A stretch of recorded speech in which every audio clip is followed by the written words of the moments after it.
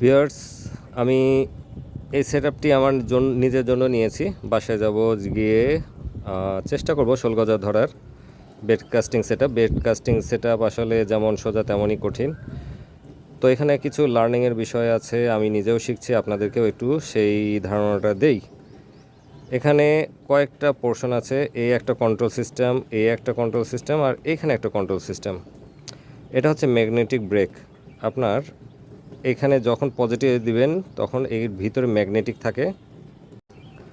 তো সেই ম্যাগনেটিকটা আপনার বাইরের দিকে বের হয়ে আসবে এবং এই স্পুলকে কানেকশন করবে, মানে আকর্ষণ করাতে কি হবে, এটা তখন ফোর্সটা কমিয়ে দিবে। আর দ্বিতীয় হচ্ছে এখানে একটা নব আছে, এই নবটা যত টাইট দিবেন ও তখন এখানে একটা পিনিয়াম আছে, পিনিয়ামটাকে চাপ দিয়ে ধরবে। এই দুটো মিলে আপনার ব্যাকলাসটাকে কমাবে। আর এটা হচ্ছে আপনার গিয়ার। আমরা স্পিনিংয়ে যেমন গিয়ার টাইট দেই বড় মাছের ক্ষেত্রে, তেমন এটা টাইট দিবেন। টাইট দিয়ে সুতা এমনি করে চেক করবেন যে আপনার এই টাইটে হবে কি না। দরকার হলে আরও টাইট দিবেন। দিলাম, দেওয়ার পরে এটা টাইট হ্যাঁ, এটা 1 কেজি মাছের জন্য এনাফ, 1-2 কেজি মাছের জন্য। তাহলে আসুন আমরা এবার একটু ব্যাকলাসটা ট্রাই করি, ব্যাকলাসটা কীভাবে কমাবো। আমি প্রথমে নর্মালি সুতাটা ছেড়ে দিয়ে দেখি কী অবস্থায় আছে। ইন্নালিল্লাহ, ব্যাকলাস হচ্ছে, তার মানে এটাকে কিছু সেট আপ করা লাগবে। সুতাগুলা বের করে দিই আগে, যতটুকু ব্যাকলাস হয়েছে। আচ্ছা, একটা সহজ পদ্ধতি বলি, দাঁড়ান আগে সুতাগুলো পেঁচিয়ে নিই। আপনি এটা নিচের দিকে ঘোরাবেন, ম্যাক্সিমামে দিয়ে আগে টাইট দিয়ে নেন। এতে কি হলো আপনার, না ম্যাক্সিমাম না, আপনি মিডলে রাখেন। এখানে আছে 23 পর্যন্ত, আপনি 17তে রাখেন বা 15তে রাখেন।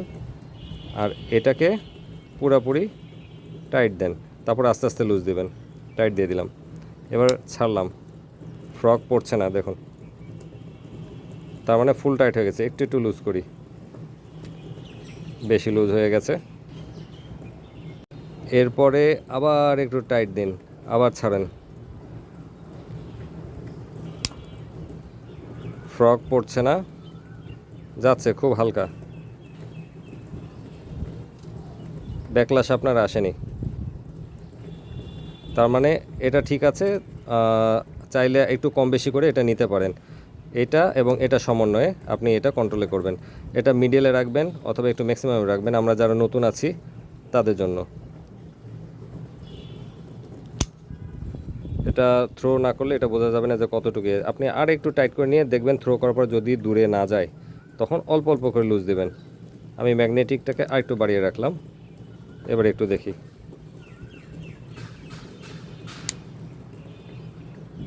পড়ছে না, ম্যাগনেটিকটাকে একটু লুজ দিই।